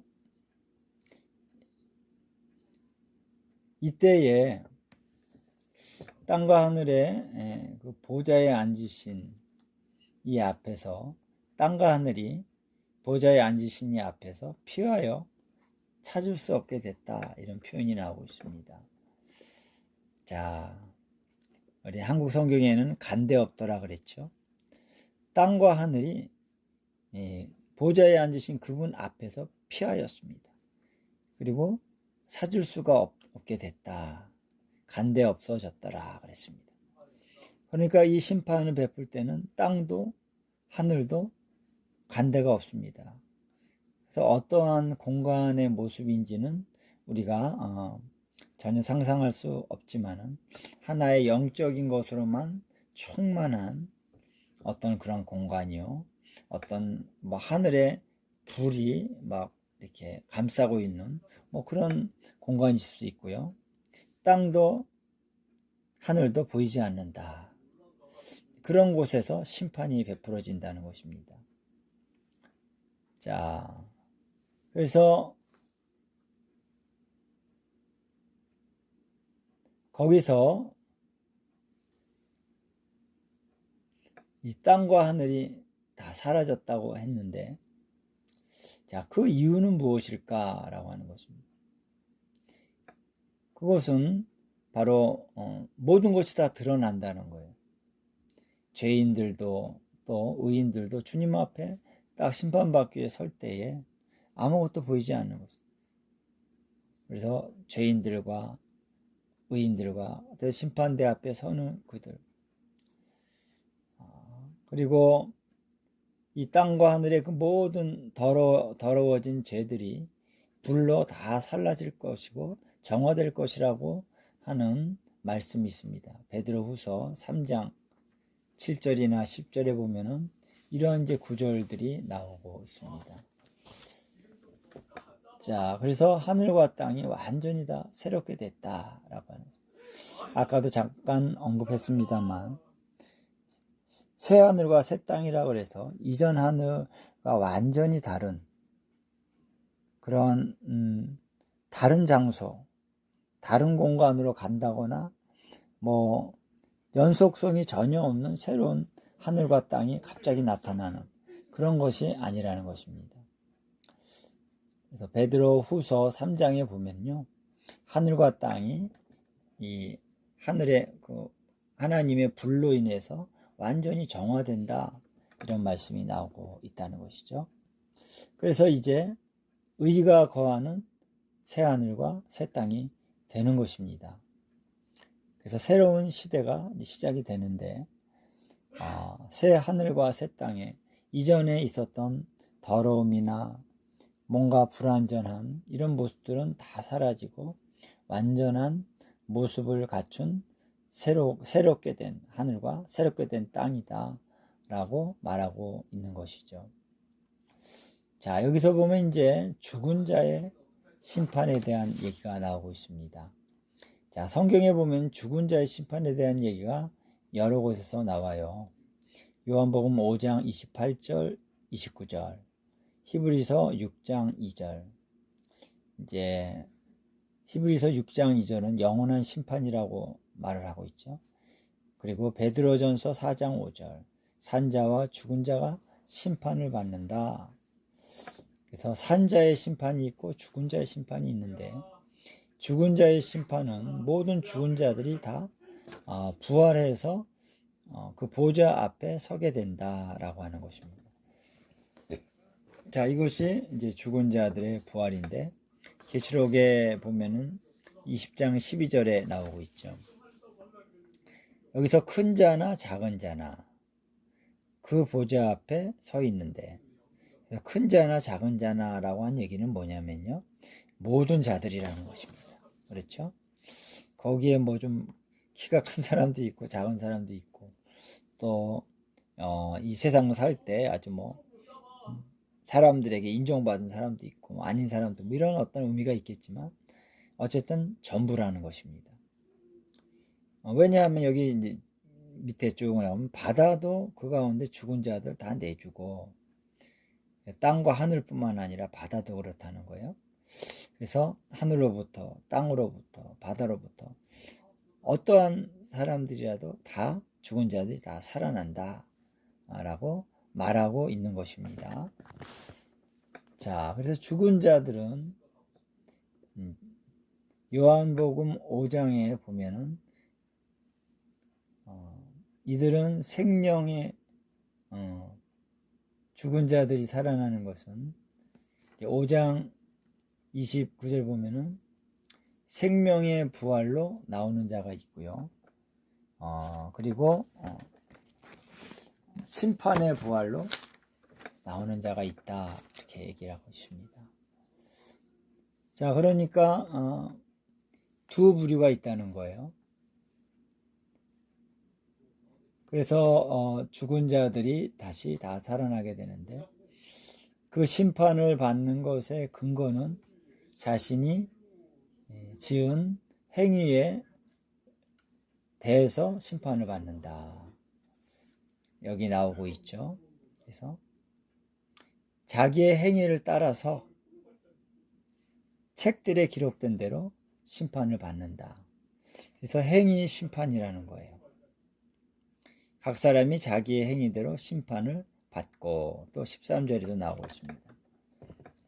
자, 우리는 이제 구원을 받을 때 행위가 아니라 믿음이다, 이렇게 얘기를 하고 있습니다.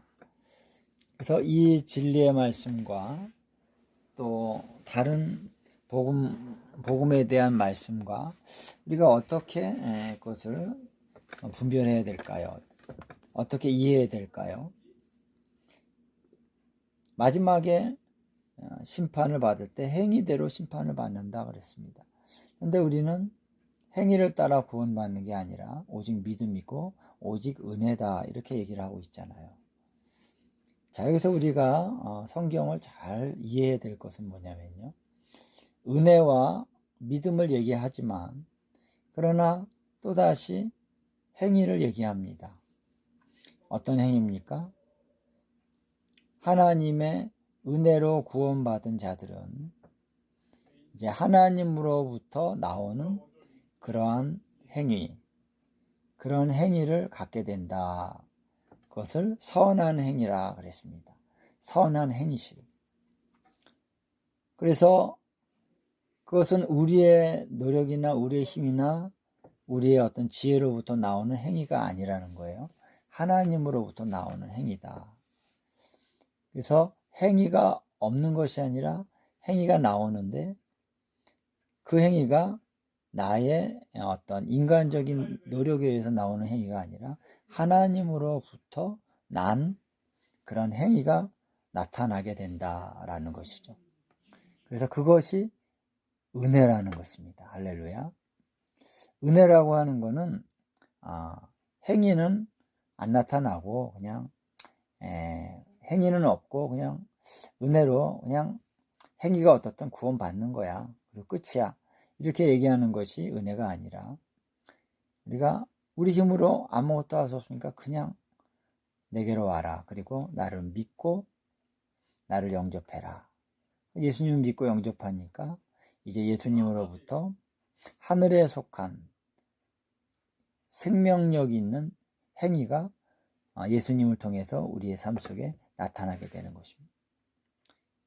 그래서 우리는 사랑할 줄도 모르고요, 할 수도 없고요, 진정으로 진리 안에 거할 수도 없어요. 더럽혀졌어요. 우리는 정결하지 못해요. 근데 예수님을 통해서 또 성령님의 인도를 통해서 우리 안에 바로 선한 행위가 나타나게 되는 것이다.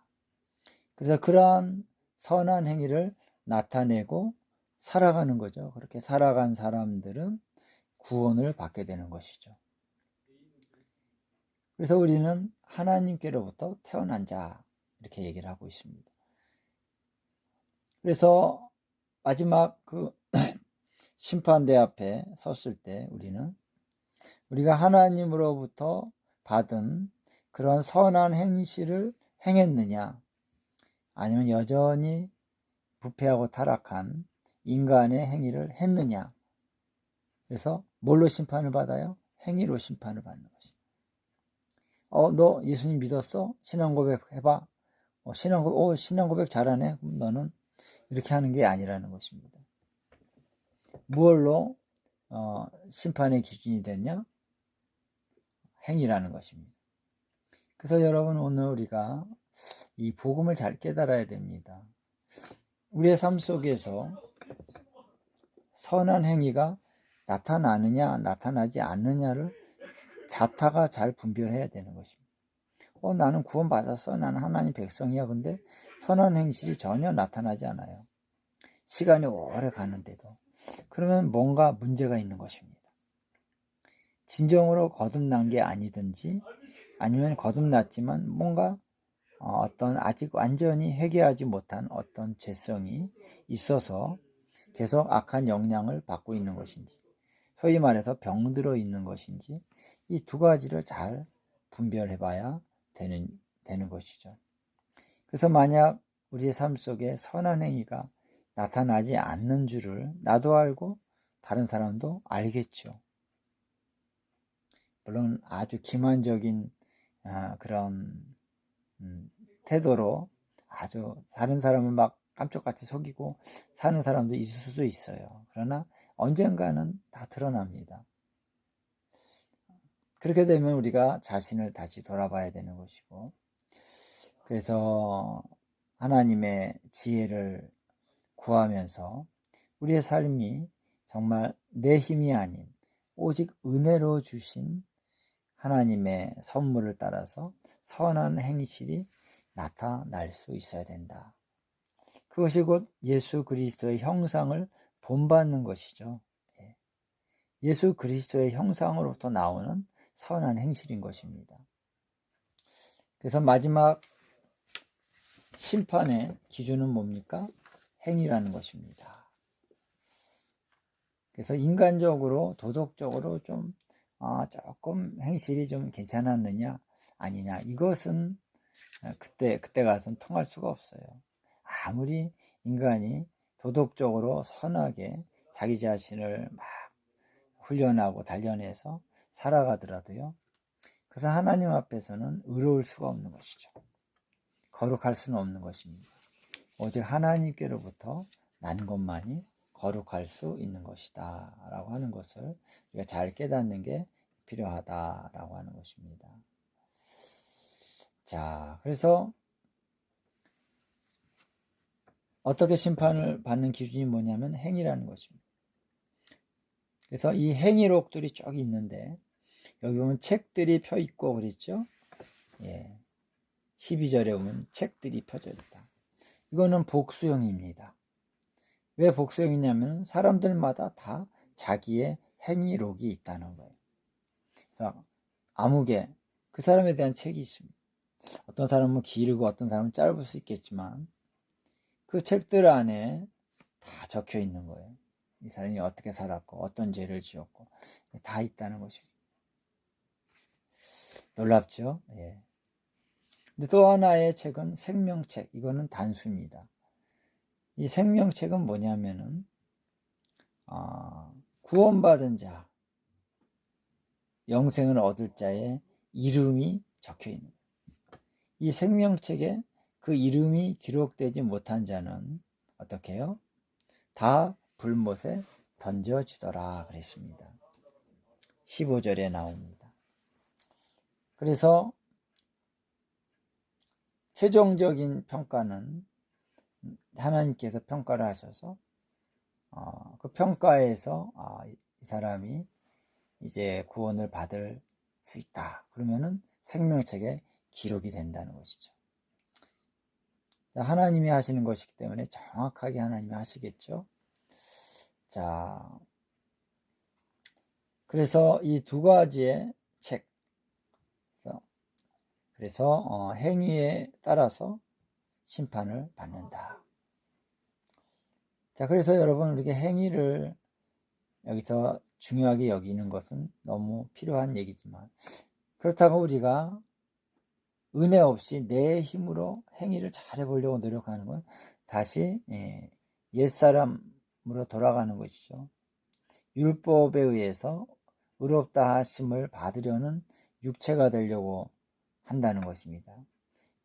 그것은 될 수가 없는 것이죠. 그래서 내 힘으로 막 어떤 성화를 이루고 내 힘으로 계명을 지키려고 하면 할수록 더 우리 안에 있는 죄성만이 더 드러나게 된다라고 하는 것입니다. 하나님의 은혜가 필요한 것이죠. 그래서 하나님, 나는 죄인입니다. 자기의 연약함을 고백하는 것입니다. 나는 죄인이요, 나는 괴수입니다. 그리고 하나님, 내가 이러이러한 죄를 지었습니다 하고 솔직하게 이것들을 하나님 앞에 고백할 때 하나님께서 우리를 당신의 예수님 흘리신 보혈로 정결하게 씻어주셔서 하나님을 섬길 수 있는 그런 은혜를 부여해 주시는 것입니다. 그러면 이제 하나님의 계명을 지키는 것이 정말 우리 마음 가운데 기쁨이 되고 소망이 돼서 정말 하나님의 계명을 지킬 수 있는 삶으로 나가게 되는 것이고요. 성령님께서 또 역사하셔서 우리 안에서 깨달음을 주십니다. 지혜를 주십니다.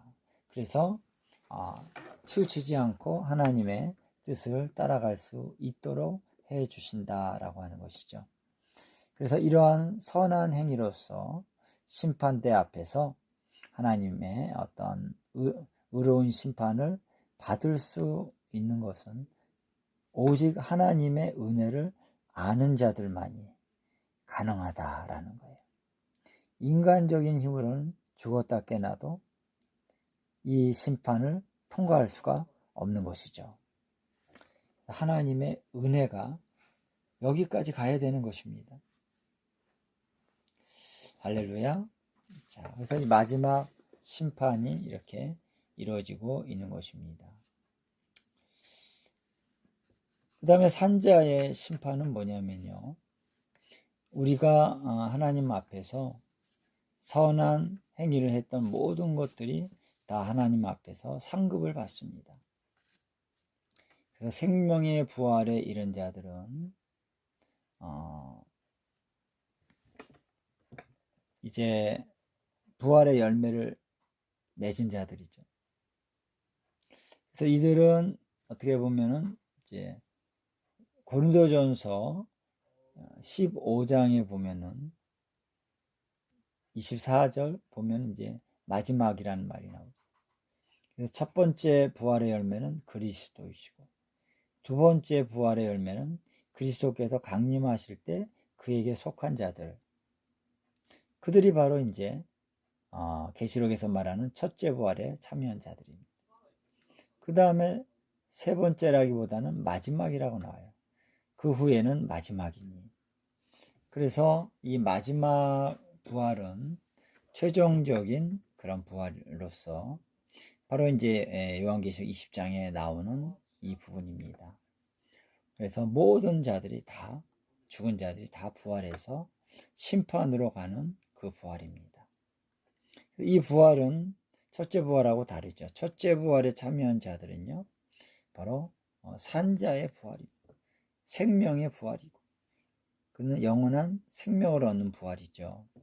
그리스도와 연합되는 부활입니다. 그러나 이 마지막 부활은 몸이 다시 사는 것이죠. 몸이 다시 사는 거로서는 부활이지만 이제 여기서 두 가지로 갈린다라고 하는 것입니다. 심판으로 가는 자가 있고 영생으로 들어가는 자가 있다라고 하는 것입니다. 자, 그래서 산자들을 하나님은 심판하십니다. 그래서 그들이 영원한 생명을 살아갈 때 어떠한 영광을 받느냐가 거기서 이제 결정이 되는 거예요. 고린도전서 15장 41절 42절에 보면요. 해와 달과 별의 영광이 다르다. 그리고 별들도 서로 영광이 다 다르다. 그와 같이 부활의 생명을 얻는 자들의 영광이 다 다르다. 이렇게 이제 성경은 얘기하고 있습니다. 그래서 여러분 구원을 받고 하나님 앞에 나가는 자들은 기본적으로 죄를 다 회개하고 죄가 다 씻음 받아야 됩니다. 그래서 거룩해야 됩니다. 이거는 필수예요. 필수. 그러나 그들 안에 영광은 다 다르다는 것이죠. 그래서 그 영광이라고 하는 것은 얼마나 그리스도를 닮은 그러한 삶을 살았느냐, 그리스도의 형상이 얼만큼 그들 가운데 형성이 됐느냐의 그것에 의해서 결정이 되는 것입니다. 그래서 그 안에 예수님을 닮은 그 형상의 충만함이 있는 자는 해와 같이 빛날 것입니다. 그 다음에 달, 그 다음에 별들 중에서도 밝은 별, 중간 별, 어두운 별, 이렇게 여러 가지 차별이 있을 수 있다라고 하는 것입니다. 그래서 산자의 심판, 산자들의 심판은 바로 구원을 받되 영광이 다르다라고 하는 것이죠. 자, 그 다음에 이제 여기에 네 가지 영역의 어떤 존재들, 어떤 그런 것들이 나옵니다. 물론 땅과 하늘을 외에 네 가지가 나온다는 거예요. 땅이 있고 하늘이 있습니다. 그 다음에 또 뭐가 있냐면 바다가 있고 사망이 있고 음부가 있고 불못이 있다. 이런 것들이 다 뭐냐 이렇게 우리가 좀 의문을 가질 수가 있습니다. 근데 그것의 운명에 대해서 성경이 다 얘기를 해주고 있는데요. 자, 먼저 바다가 나옵니다. 바다가 그 안에 많은 죽은 자들이 이제 있었는데 이들을 다 내줍니다. 바다가 다 내줍니다. 이제 여기까지는 바다가 존재하죠. 그런데 21장 1절에 보면은 자, 새 하늘과 새 땅을 보았는데 있다는 거죠. 보았다는 거는 이제 새 하늘과 새 땅이 이제 있게 되는데 처음 하늘과 처음 땅은 없어졌다. 이 원어를 보면은 지나갔다. 그래서 없어졌어요. 지나가 버렸어요. 그리고 바다도 다시 있지 아니하더라. 바다가 이제 그때 가서는 다시 있지 않다고 얘기하고 있습니다. 자, 이게 바다가 없다 하는 게 어떤 이제 말씀일까? 딱 우리가 좀 이해가 안 됩니다. 우리는 항상 바다가 있는 세상에 살았기 때문에. 어쨌든 어떤 모습인지 우리가 정확히 상상할 수는 없어도 어쨌든 바다가 다시 있지 않다 그러니까 아멘, 다시 있지 않게 될 겁니다. 이렇게 우리는 믿는 것이죠. 바다가 다시 있지 않게 될 것입니다. 그 다음에 사망과 음부가 나오죠. 자, 사망과 음부도 불못에 던져지는데 아까 제가 음부에 대해서 잠깐 얘기를 했죠. 무덤이다. 죽은 자들이 가는 곳이다. 죽어서 그 사람들이 그들의 혼이 음부로 가는 것이죠. 몸은 땅에 묻혔고요. 자, 근데 사망은 무엇입니까? 사망은 사망이죠. 사망은 죽음. 죽음이라는 것도 하나의 존재이고 하나의 세력인데 결국 우리가 이 세상에서 병들어서 몸이 이렇게 싸늘하게 식는 것을 사망이라고 얘기하죠. 그러한 한 사람 한 사람의 사망이 일어나도록 어떠한 힘을 갖고 세력을 갖는 존재가 바로 사망이라는 존재라는 것입니다. 사망이 주장하는 것, 너희들은 죽어야 된다. 그래서 그 영혼들을 이제 사망으로 끌고 가는 것입니다. 그래서 그 영혼들을 어디다가 놓냐면은 음부에다가 갖다 놓는 것이죠. 그 혼들을. 그래서 사망이라고 하는 것은 바로 죽은 자들의 세계에서 왕노릇하는 자가 바로 사망이다. 이 사망이 이제 죄가 이 세상에 들어왔기 때문에 세상에서도 왕노릇했죠. 그래서 죄와 사망의 왕노릇, 로마서 5장에 나옵니다. 그래서 이 죄와 사망의 왕노릇에서 은혜의 왕노릇으로 우리를 바꿔주셨습니다. 할렐루야. 이제는 그리고 은혜와 의가 우리 가운데 왕노릇함으로 죄와 사망의 왕노릇에서 우리를 건져주셨습니다. 그래서 그 사망이 우리를 주장할 수가 없는 것입니다. 그러나 우리가 육체에서 이제 죽는 일을 우리가 겪게 되는 것이죠. 그래서 그것을 주관하는 것이 사망인데 바로 음부는 그가 통치하는 어떤 영역이다라고 볼 수 있는 것이죠. 그래서 이러한 사망과 음부 이제는 더 이상 필요 없다. 그래서 불못에 던져지는 것이다 라고 하는 것입니다. 그래서 마지막 어떠한 영역은 불못이죠. 불못은 둘째 사망이다 라고 말하고 있습니다. 그래서 사망도 그곳에 던져지는 둘째 사망, 불못이다. 그래서 영원히 그곳에서 고통을 받으면서 계속 불에 타게 되는 것이죠. 불에 타면서도 없어지지 않는 영원한 그러한 형벌을 받게 되는 것이 바로 불못이다 라고 말할 수 있는 것입니다. 자, 마태복음 25장 41절도 나옵니다. 그래서 이곳은 바로 마귀와 그의 천사들을 위해서 이곳을 만들었다 라고 그 본문에는 이제 마태복음 25장에 나오고 있습니다. 반면 이 하나님의 나라, 영원한 나라는 구원받을 우리를 위해서 만드셨다. 그래서 원래는 인간이 구원을 받고 그곳에 영원한 하나님 나라에서 살기를 하나님이 원하셔서 그렇게 만드셨지만, 그러나 사탄을 따라가고 범죄한 영혼들은 사탄이 가고 타락한 천사들이 가야 될 그곳에 같이 갈 수밖에 없는 것이다 라고 하는 것입니다. 자, 그래서 우리가 이제 영원한 심판과 영원한 구원, 영원한 생명을 어떻게 성경은 그것에 대해서 얘기하고 있는가? 요한계시록만큼 그것에 대한 계시를 자세히 해주고 있는 성경은 없습니다. 그래서 요한계시록은 완벽하게, 거의 완벽하게 정말 이런 마지막 우리가 가야 될 곳이 어디냐, 영생을 누릴 곳이 어디냐 라고 하는 것을 잘 얘기해주고 있는 것이죠. 그것이 이제 21장 이하에 22장까지 보면은 아주 자세히 잘 나오고 있는 것입니다. 여러분, 요한계시록의 이 모든 말씀은 결코 상징에 불과한 것이 아닙니다. 실제입니다. 실제 우리는 그러한 세계에 살 것이다. 예, 그것이 우리의 소망인 것이죠. 할렐루야. 우리의 진정한 소망입니다. 이것이 장차 우리에게 나타날 영광입니다.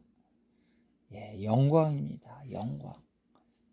그런 그 영광의 날을 반드시 우리가 맞이하게 될 것입니다. 기도하겠습니다. 하나님, 감사합니다. 우리에게 이 위대한 구원을 알게 해주셔서 감사합니다. 주님, 이 위대하고 놀라운 장차올 구원의 영광을 우리가 놓치지 아니하게 하여 주시고, 그래서 하나님, 그 영광의 날을 바라보면서 날마다 인내하며 믿음의 선한 싸움을 싸우며 우리 간절히 바라며 날마다 하루하루 살아가면서 그 날로 전진해 갈 수 있는 저희들이 되게 하여 주시옵소서. 그래서 언제나 우리가 어느 순간에도 이 소망을 주님 놓치지 않게 하시고, 이 소망 안에 모든 것을 이기고 모든 것을 극복할 수 있는 새 힘과 새 능력을 불어넣어 주시옵소서. 그리고 하나님, 오늘 우리가 마지막 때 영원한 구원에 대한 이 계시를 더 분명하게 우리가 알고 정립하게 해주셔서 어떠한 상황 속에서도 흔들리지 아니할 수 있는 견고한 믿음에 이르도록 역사해 주시옵소서. 감사드리오며 예수님의 귀하신 이름으로 기도하옵나이다. 아멘.